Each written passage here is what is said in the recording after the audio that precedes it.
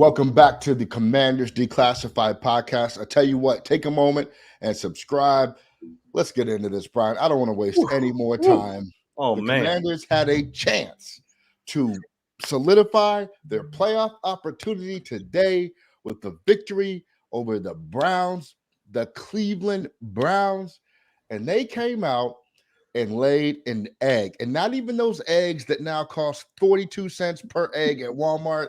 Yep. This is rotten, stinking, Ooh. awful, terrible eggs, period. It was bad. It was shocking how bad, right? We've been talking these last few weeks. Hey, these are must-win games. This isn't you can lose this game and just win. No. You've got to win these games. You have to win today. And they came out and they looked unprepared, unmotivated, disinterested, and just outmatched. I mean, the Cleveland Browns, who have already been eliminated and who aren't a very good football team. They just aren't. Do they do some things well? Absolutely. But they're not a good football team. And they just smacked us around today from the opening whistle until, the end of the game. Unbelievable. Very unbelievable for performance that we saw today. Yeah. And Brian, you texted us. You said, look, this defense looks lifeless. I'm going to say this right now. To any defender who cannot find the motivation to play football because your backup quarterback is not playing, you need to go somewhere else. Get out of here, right? If you're not playing because, Heineke's not motivating me, get out of town. We don't need you here, period. That for the rest of the guys, look, there were a lot of injuries on defense, okay? A lot of injuries on defense, so I understand. But there weren't injuries to Kendall Fuller. No. This man was getting roasted by Amari Cooper. And there's no injuries to Jack Del Rio. Jack Del Rio, as a defensive coordinator, has to know, okay, I've got my starting safety out. I've got linebackers out. I've got a defensive tackle out. Then he's got to start calling some pressure. He's got to start disguising some of their coverages to help mask some of those deficiencies so they just don't keep showing themselves to the Browns like how he did. And none of that happened. We just sat in our same soft zone coverage, try to rush for, and you saw what the Browns did to that. There was no kind of deviation from the game plan. Didn't even seem to be a game plan, honestly. It was awful. And you're right. Yeah, you don't need to, be worried about a backup quarterback. You have to play, right? The tape is out there. If you put out bad tape, that's not a reflection on you, the player, the person.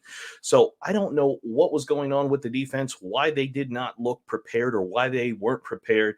But this was what we've seen the last several years. Not prepared, disinterested, just not good football today from a team who had to play good football if they wanted to make a playoff spot.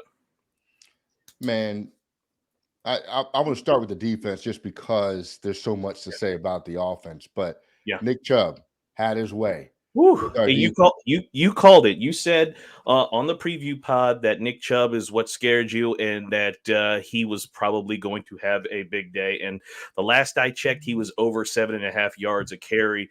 I don't know. He may have added to that. But, I think we talked about it. The thing I mentioned was the offensive line for the Cleveland Browns versus our defensive line. That was going to be where the game was decided because this is probably one of the better offensive lines in football and certainly one of the best that we've seen all year, 1 through 5, right? From center all the way to left tackle to right tackle. They're excellent. Bill Callahan does a great job on the offensive line with his guys. And they took us to task. They handled our defensive line from start to finish, and Nick Chubb had his way with us. Yeah, when John Allen went out, it was a different defensive line, man. Our D-line couldn't get any pressure at that point. Oh, my gosh, that was awful. So, guys, when we tackle somebody, it would be really great if we didn't sling them forward every time we tackled somebody from behind. Like, our guys do this thing where they roll over the guy's back and he gets flung forward for 3 more yards. I'm like, just take the guy to the ground. We either do that or we do what the F.A. Obata does where we hit them and then we just kind of stop.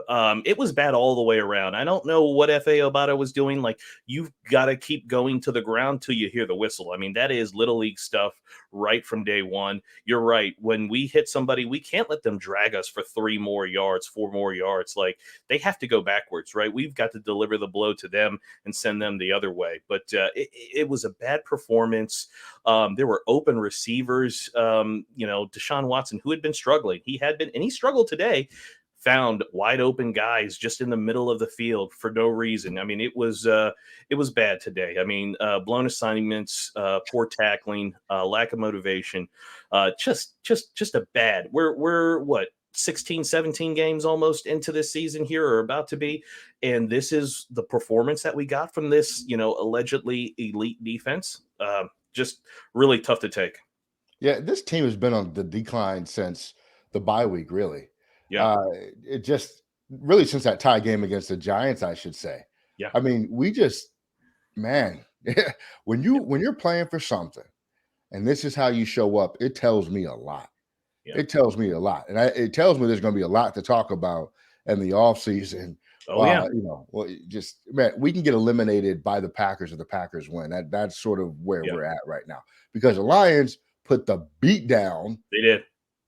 on the team that they played today. They took care of business. Okay. Yeah, So it just, when we went through, you and I and Eric, and we did our projections, and I said, look, the Lions are really going to handle business. The Packers are, they're probably one game too many. I think I had the Packers at 2-2. We were wrong about that. They're smoking. I think you guys had them at 1-4, or 1-3, whatever, 1-3. But where we had us was we would handle business. We all said this Cleveland game was a dub walking away. yeah. So much for that. Yeah, And no.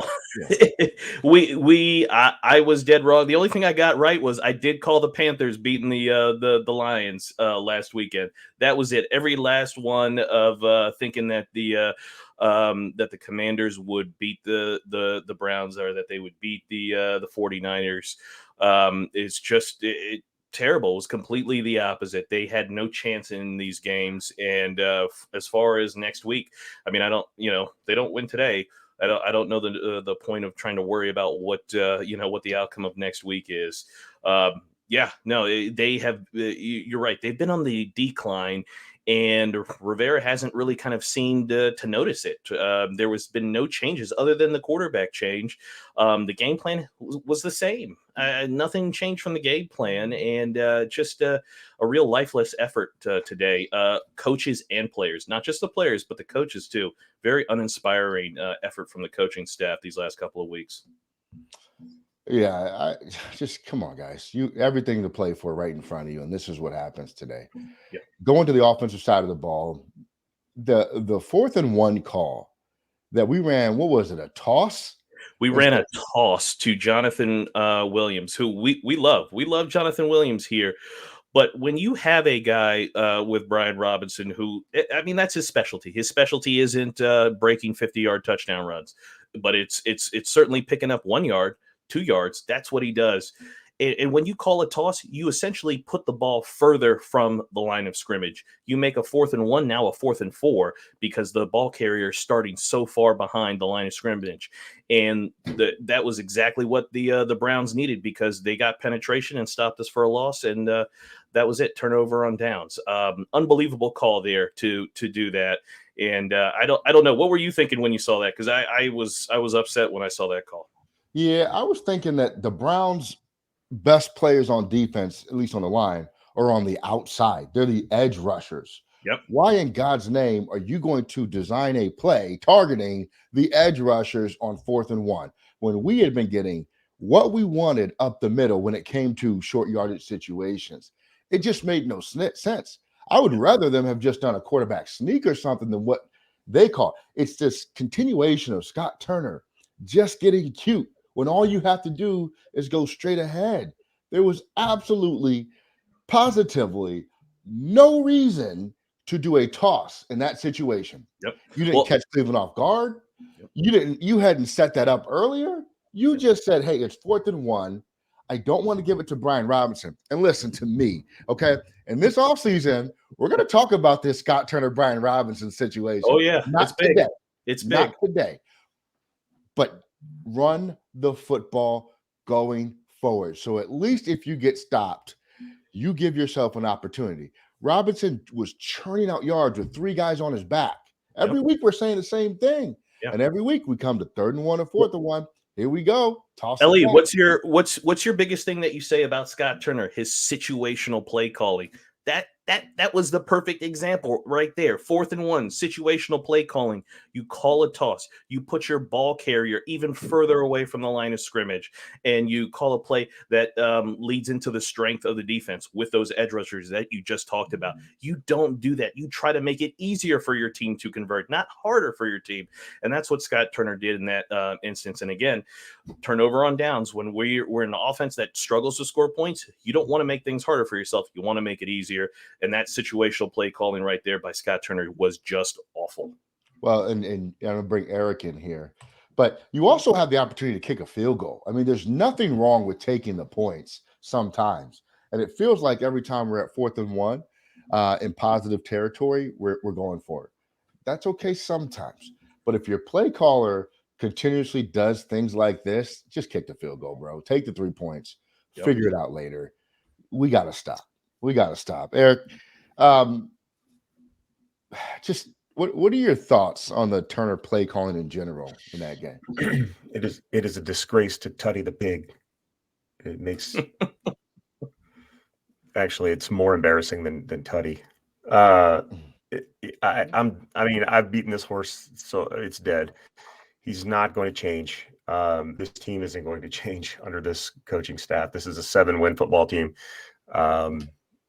Every year, it's not going to change. Nothing is going to change because Ron isn't going to change anything come the offseason. So look forward to another season ahead of 7 wins. Scott Turner's play calling, we put together the one solid drive, to end the first half, the 21-play, 96-yard drive. Great job on the drive. You come out in the second half with the ball and the momentum, and you start doing the opposite of what you did. You just start trying to run wide. You start trying to run Brian Robinson and Jonathan Williams on. Yeah, I'm sorry. I'm so frustrated that I'm forgetting names. Jay Will, you're running them on sweeps to come out in the second half. You go 3 and out. And the defense can't hold up. I think we saw this week just how reliant this team is on its defensive line. If the defensive line can't get home, the back 7 just can't hold up, especially without Cameron Curl back there. And losing John Allen certainly didn't help. But the Browns have a very good offensive line, and our defensive line did well today. The offensive line, for the Browns did well enough because Deshaun Watson is horrible. He's an atrocious quarterback right now. And he's very lucky to have Amari Cooper because, man, he's just not good. He threw it to his offensive lineman once. So it was just an all-around frustrating game. I'm done complaining about Scott Turner because nothing's going to change. It's just going to be bad play calling, bad situational awareness at all times for the remainder of his time here, which unfortunately is probably going to be another year. Yeah. Absolutely.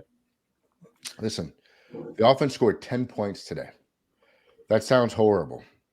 But in reality, the offense has only been scoring 7 more points than that with the other guy. So, and either way you slice it up, the Browns probably walk away with this game. Now, what I will say is, because I want to talk about Wentz a lot because we got a lot to say there. But what I hate that I'm starting to see is that Dotson is starting to drop the football. I think he's had 3 or 4 straight games with drops, and not like complicated catches. I think he's just losing concentration, looking to get upfield. That cannot become a habit, or that will derail your career, right? Amari Cooper fought that issue early on in his career. Now he's rebounded quite a bit, but just keep the focus, Dotson. You're still a great receiver, but we can't have that. It was nice to see the tight ends get involved today. There's no explosiveness from the tight end position. And the blocking from the tight ends in the run game is just awful. Looking back at it now with the tight ends and the blocking, how we've seen it go, how big of a loss was Pete Haener retiring? I mean, we talked about it like when he retired and we got Juan Castillo, we were like, oh, maybe it'll be fine. No, I mean, the tight end position has been pretty bad this year. And I think that shows what Pete Hayner was doing these last couple of years with these guys, because they had been excellent before, and this year has just been bad. So I think a lot of that has to do with the coaching, because you go from a really good coach to probably an average, borderline okay coach with Juan Castillo at the tight end position there. So just wanted to mention that. Yeah, our offensive line today in general wasn't great. The push in the run game just was not there. Eric mentioned it earlier. Robinson was running lateral a lot. I don't ever know why Turner calls plays like that, because when Robinson gets through the A gap or the B gap and then makes lateral decisions at the second level, he's very good at that. He's very good at that. When he starts out going lateral, it rarely ever works. Why are we doing that? I like Williams as a compliment. This offense needs a home run hitter as a running back to bring in. They need a third down running back too to really expand the run game. Look, Terry, Wentz comes back, Terry's non-existent again. Yeah, That's a problem. Yeah, That's a problem. That was bad to see that. It was like a switch went off, and no catches for Terry. Like, I think he had what, three, Yeah. maybe two. That's bad. That can't happen. Like we've seen all year, people criticized Heineke for going too much to Terry. Well, Terry would catch it and gain yards, and the offense would move. And we saw the offense stall a bunch today outside of the one big long touchdown drive. That's why you pay a guy, is for him to help that offense. You got to go to him. So that was not good to see that there was just nothing there for Terry. Yeah. Curtis Samuel, not a factor today. So you can't go from Heineke targeting one guy, the entire game, and then sprinkling around everywhere else to now none of the guys get targeted. That's not an improvement. Okay. Dotson got several targets. Passing wise, this was bad. I'm gonna put it like this, okay? And Carson, I call it a spark. It's the spark we were looking for. Yeah, it was absolutely the spark we were looking for. Yeah. Carson set the season on fire. Yeah, he starts from next week, I'm assuming.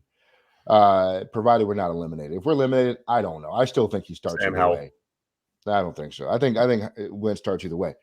But today, what you saw on film today, no way you do this again next year. And Brian and Eric both know I've been saying it's very likely that Wentz is back next year, just because they don't really have options. Yeah. We still don't have options. And everybody listening, I'm sorry if you listen to what Ron Rivera says and all this other stuff. It doesn't sound like Howell's going to play next year either, from what they're saying. Or at least that's not going to be the plan going into the offseason. Things may change, you never know, but they're going to try something else next offseason. And it's probably going to be another situation just like this. But this team, you got to find a quarterback for this team. And what we saw today, I will go on record, and Wentz ain't it, dude. And you know what Heineke is. He's a backup who the more you play, the more you start to see the issues that he has. We got to figure this out, because we're playing teams that we are able to compete with and getting our doors blown off. We don't even look like a professional football team. And that's what happened today. This is not a team, the Cleveland Browns, that you should look this poorly against. And yet we did. And if you look at what happened just a few minutes ago, the Giants clinched their playoff behind Daniel Jones. Daniel Jones has struggled for most of his time in New York, and he came out today in a game where Giants needed to win and clinch their. He had like 3-4 touchdowns by himself. And that's what you want from your quarterback. You want him to be able to elevate the team, elevate the offense. And when the rest of the team is struggling, they can put the offense, put the team on their back, and do what needs to be done. We haven't had anybody to be able to do that. And retread veteran quarterbacks just aren't going to get it done. We're not good enough around them. We're not good enough in the coaching department either for that to be the case. So, yeah, you're right. Who knows what they're going to do, but this formula that they've got for this season won't work again next season. So they've got to find something else to do. However, if it's the guy on the roster here now or somebody they're going to sign in free agency, but it ain't working. It hasn't worked all year. And to try to run it back would just be lunacy. And it would be telling the fans, hey, we don't think too highly of you because we're going to take something that only could give you 7 wins and we're going to give it to you again. Carson Wentz is done in this league after today. This Yeah. is stick a fork in him. He's done as a starter. He'll stick around as a backup. He is never going to be a starting quarterback on purpose in this league again. He's absolutely done. And I think the Packers do win tonight. So the Commanders are officially eliminated. I'm 100%. I had been saying all year I didn't want to see him. I'm 100% for starting Sam Howell next week against Dallas because who cares at this point? Carson, I got a wedding to go to. I may or may not even watch the game anyway. If it's anything like today, I definitely won't watch it. If Sam Howell plays, I'll have a reason to watch. If not, I don't care. I'm out on this team this year. I'm going on vacation, and I'm not going to think about them for a few weeks, and then I'll come back and be ready to podcast my little heart out. But I cannot stomach another Carson Wentz performance. I can't. I don't want to see him. Even if they're not eliminated next week, I don't want to see Carson Wentz on the field because he did the same thing last year in his final 2 games where he had to get a win. He couldn't pull it off. Yep. He's already been obliterated. He's not getting any help from his offensive line. The offensive line is horrible. Complete overhauls needed there in the offseason. I don't know what we're going to do at quarterback. I don't think this regime needs to be selecting a quarterback because they're lame duck next year. Yeah. I don't want to see us go another Dwayne Haskins route and pick somebody only to change coaching staffs. We're picking probably 16, 17, 18 next season. We're not going to be in that top quarterback market. We're not going to be able to get a top quarterback. Don't trade draft capital to move up. I just want this team to go 7-10 next year, honestly, and just get it over with because that's what's going to happen anyway with this coaching staff. I'm sick of this. I do not want to see Carson Wentz on the field ever again for this team. There you go. Like I said, next week, Taylor Heineke shouldn't play either. I want to see Sam Howell next week just because I need a reason to watch. Yeah. And the whole we heard Scott Turner during the week and Ron confirmed it.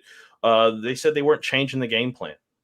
Well, you better change the game plan. Your game plan these last several weeks against the Giants and the 49ers didn't work. So why would you continue with that same game plan? It didn't work. The arrogance of not kind of changing the game plan or fixing it or adjusting it showed itself today because we came out, we did the same thing, and we let a 6-9 Browns team earn their 7th win against us by knocking us around FedEx Field. Our home crowd, when we had all of our old former glory players, coach Joe Gibbs, everybody out there, and we looked like how we looked, lifeless and unprepared to play a football game. Just really kind of bad performance all the way around there. We made a call out earlier. I think we said, was it Jonathan Allen said, we need our fans out in full force. We need all your support. Next week, I think going into the Giants game, he called for, next week, I'm going to make a call. I want to see a blue next week. I want it to look like a Dallas Cowboys home game. I want zero support for this regime moving forward. I couldn't care less. I'm so done with the team this year. I had my hopes up there briefly, and they just they did the same thing they do every year. It's really frustrating. I have as much as I support the players on this team, most of them, I can't do it with this staff anymore because they're so resistant to change. They're not going to change anything this offseason. I wouldn't be surprised to see Carson Wentz come back because, we're going to get this thing right, blah, blah, blah, blah, blah. I'm done. I don't usually like hearing boos. I love the Heineke chants today. Like the second quarter, I thought that was hilarious because Carson Wentz was just stinking it up. He was just terrible and he didn't get any better. A lot of this is just frustration talking. Like, I don't wish anything, again, bad on the players. It's just, I'm so frustrated with this team. I just don't want any fan support out next week because they've done nothing to earn it. This coaching staff. I just got a notification. It is Nikki Javala from the Washington Post that as Carson Wentz was leaving the field, he was greeted with boos. So as he was walking off the field, he was greeted with boos. So it's a lot of upset fans who were went to that game and watched the performance that they put forth. Yeah, I want to permanently write off any quarterbacks that have played for the Eagles coming to our team. Let's never sign or trade for any quarterbacks that have ever started for the Eagles. Okay, McNabb, Wentz, they're done. By the time they get here, they are cooked. They are overdone. I'm over it, man. And the problem is, and we're getting ahead of ourselves. But like when you look out there, how are you going to get a quarterback that's not the same situation as Carson Wentz, right? On the open market. You know what I'm saying? Like you're right. He's done. I'm over it. Just he's finished. And I was late to accept that because I know what the rest of the quarterbacks on the roster who have played are. They're limited. You're only going to get so much out of that, and that's going to run dry at some point. And so Wentz was the only unknown factor that we hadn't fully seen. Today we saw it all, and you can keep it. Okay, you can take that to go because I got no interest in that anymore. I think our receivers are being wasted every single week. It's like we have receivers for an offense like the Chiefs, and we have a quarterback for an offense like what we have now. And our offensive system is for this trash offense. That how many years can you look at the offensive coordinator and say, okay, 18 points a game, 19 points a game, 18 points a game, 19 points a game, nothing's changing, and you're still bringing the same people back, doing the same things. Our offensive line is, we had one good year last year where they were really relatively playing above expectation. But guys, can we please get some pedigree on this offensive line to really help us set the tone in the run game up front? We think we got a running back in Brian Robinson who can be a professional running back for the next few years. Maybe support him with some play calls that make sense for what he does. Just maybe give him the ball in short yardage situations, which is a specialty. Like there are just so many different things about what we're doing that just make absolutely no sense. And it's hard to believe that at one point in time, we were 7-4, 7-5? 7-5, yeah, 2 games above 500. Yeah. But we hit that 7-win caps too early this year. Yeah. With an opportunity to go 3 games up above 500, and it's been all downhill since then. I mean, that's unbelievable. And what's even wilder is how consistent Ron is at being kind of almost below average. I mean, this 7-win barrier for him is a very real thing. I mean, 7 wins now 3 years in a row. Obviously there's a possibility we could win next week, but with the performance we just saw, I don't see how that's very likely. But 7 wins yet again for 3 years in a row. And again, Ron made such a big deal about this offseason. Dallas this is is going to be a big league. Ron made playing for the division next week, so it looks like Philly's going down. Yeah, exactly. And Ron made such a big deal about it.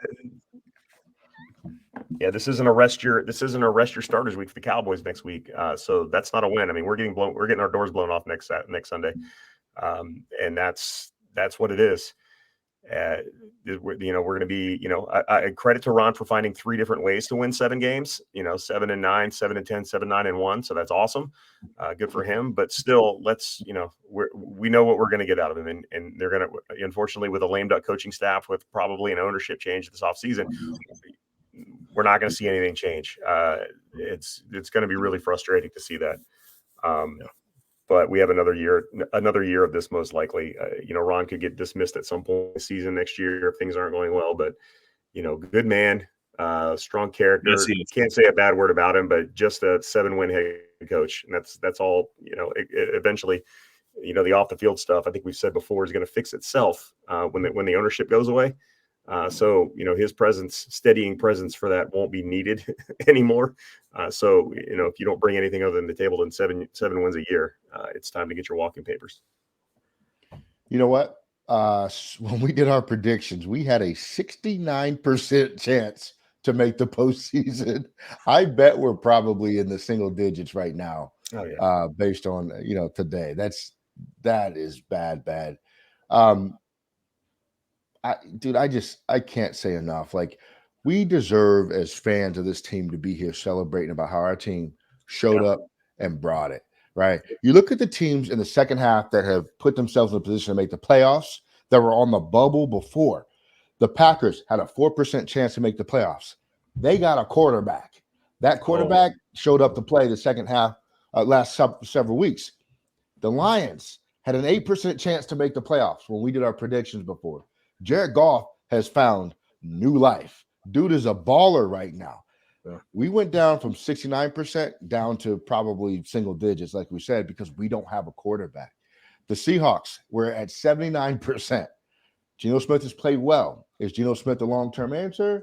You can debate about that. But the Giants were at 51% when we did our predictions, I think 3 or 4 weeks ago, and they're locked in now. They're in the playoffs. Daniel Jones has done enough. They clinched.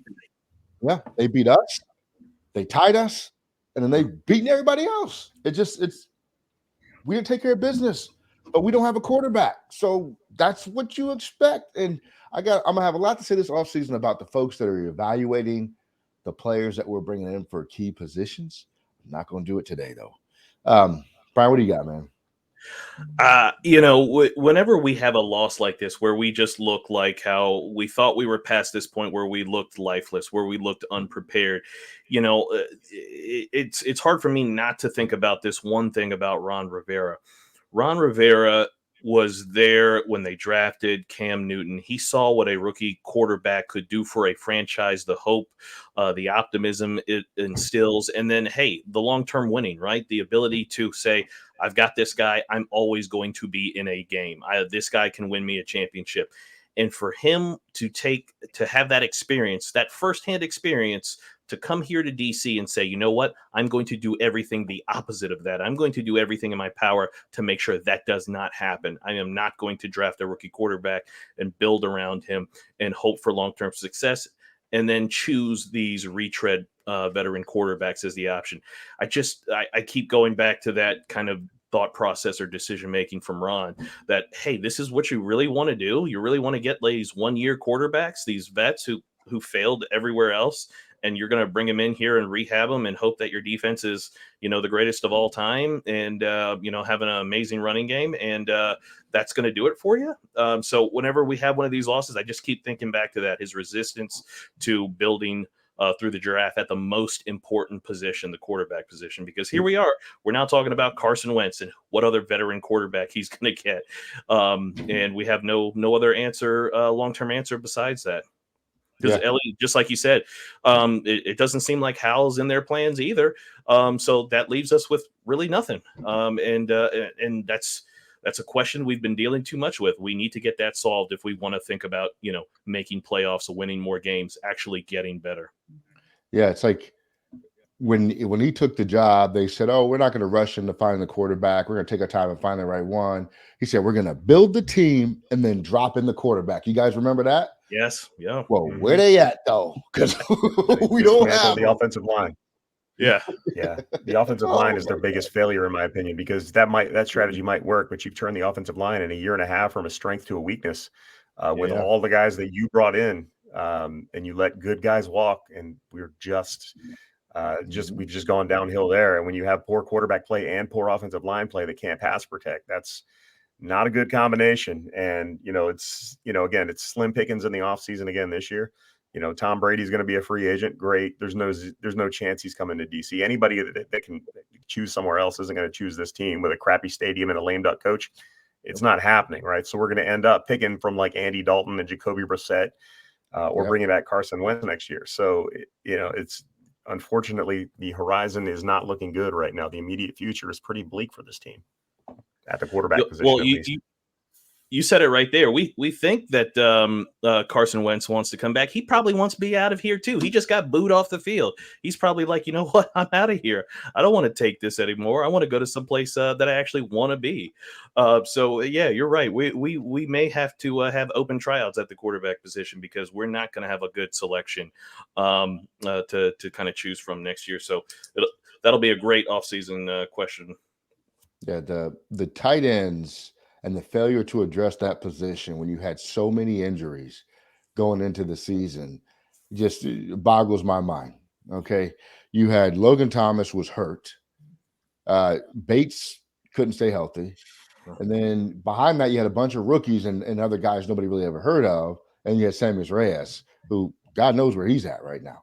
Bears practice squad. There you go. So it's just you're going into the season with all of these holes, hoping the best case scenario materializes, when in life, the best case scenario almost never materializes. So Hope is not a plan in the NFL. And this year we got suckered into hope instead of a plan and a strategy. I just don't even know what to say. You can lose some games in the middle of the season. I'd be like, all right, we're gonna figure it out. But when you got your playoffs on the line, you're back against the wall, and you come out as flat as a sidewalk. It just, oh, man, that really boils my blood, man. It's like, if nothing else, be clutch. If nothing else, be clutch. Carson Wentz, he had that monkey on his back from last year. He had a chance to show he was different. My guy threw 2 horrible picks in the first half. What? The game plan to run the football. Look, and you said this earlier, Brian. You can't just do what you do as a coordinator and say, okay, it'll work no matter who's there. Yeah. Build a game plan around Wentz's strength. Wentz is a big arm quarterback who likes to push the ball down the field, right? We start out with little swing passes to the running back, went to the dirt, went above their head, went all over the place. He's just buckshot everywhere. That's not what he does, right? Yep. Bring in play action that's useful. Not when it's 3rd and 17. Do it on first down. Mix it up. Second is short. Do something. Like, it feels like everything's so systematic with Turner. You know what I'm saying? Like, there's no creativity, and I'm so sick and tired of saying there's no creativity with Turner. There just isn't, though, and it really screws up everything. So, I don't know, Brian. What are your final thoughts? My final thoughts are the playoffs are done now.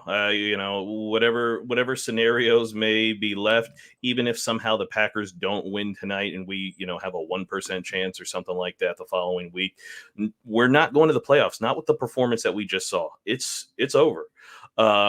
We need to evaluate the rest of the talent on this team. I need to see Hal play. If he's not any good, well, he's taking up a roster spot. We need to cut him then. We need to see if he can play or not. We need to see if Scott Turner can do something other than just continuing to call the same old plays. Can he adjust his system? Does his offense actually work in the NFL? Because so far it doesn't look like his offense actually works in the NFL. We need to see some other players out there as well too, because what we saw today wasn't the best, and things got to change. So we'll see how that goes.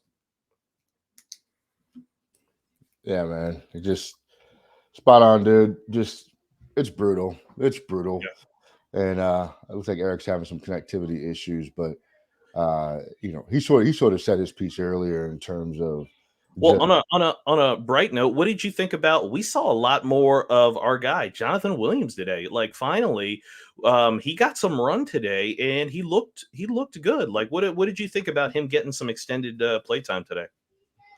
I like the opportunity. Again, I don't think our run game was overly successful in general because we couldn't block their ends. Yeah. We just couldn't.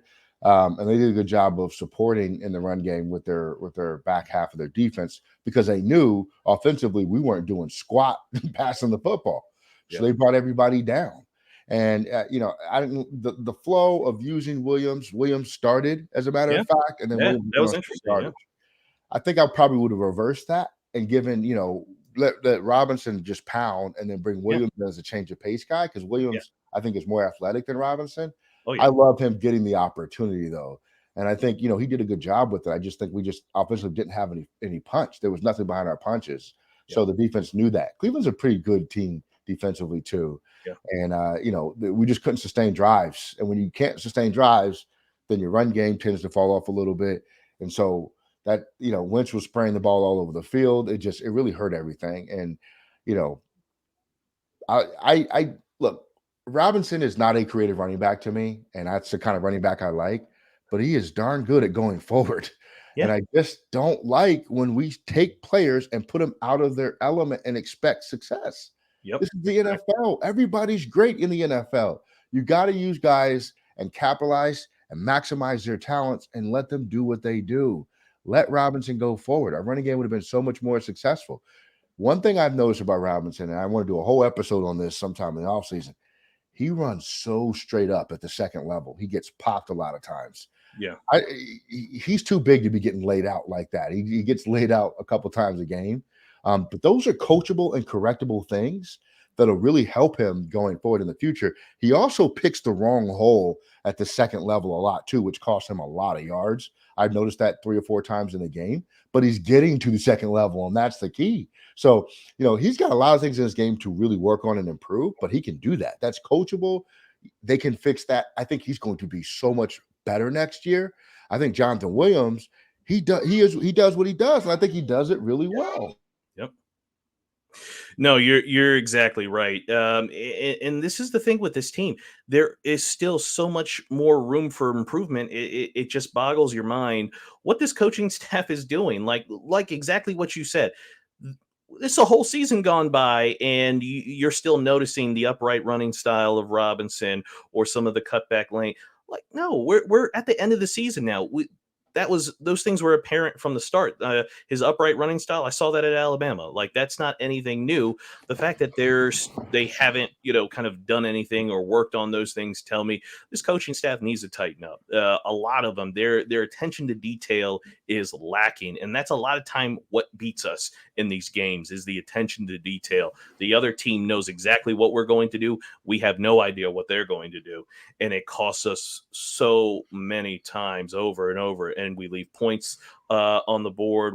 Our drives stall. We give up big plays, all because of that same thing there that you just kind of highlighted is just a lack of attention to detail by this coaching staff. Because I think if we had some more of that detail, we would have won some more of these games. But no better example than the Giants. That's a brand new coaching staff, and their attention to detail served them well when they beat us.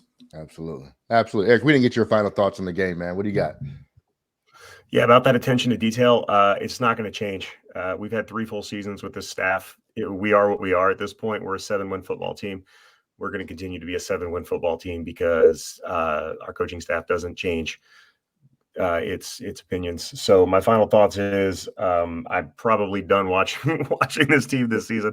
I have serious doubts that I'm even going to watch that game next week. If Sam Howell starts, I may tune in just for the curiosity factor, but I have better things to do than watch this team get blown out again on what will probably be a national game, because of course it's the Cowboys trying to win the division. So most likely it will be a nationally televised embarrassment for this team.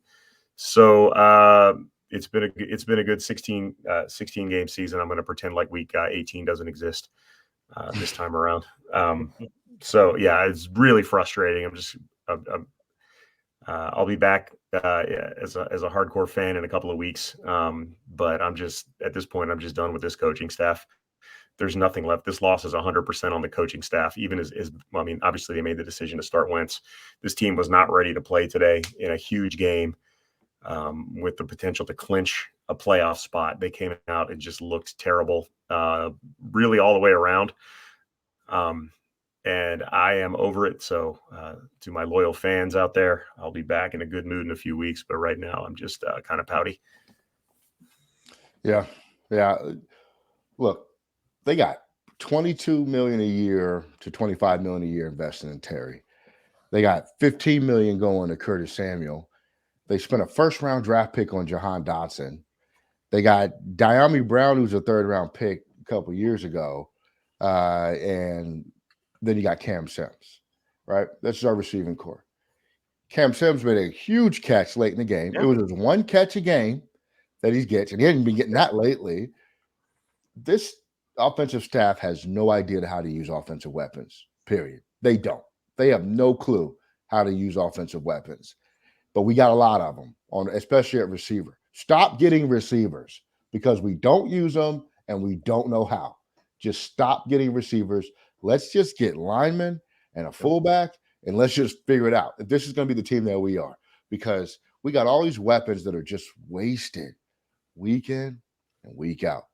Our run game, we finally got our guy that can run the ball forward. Let's make him go sideways. I don't even know what to say.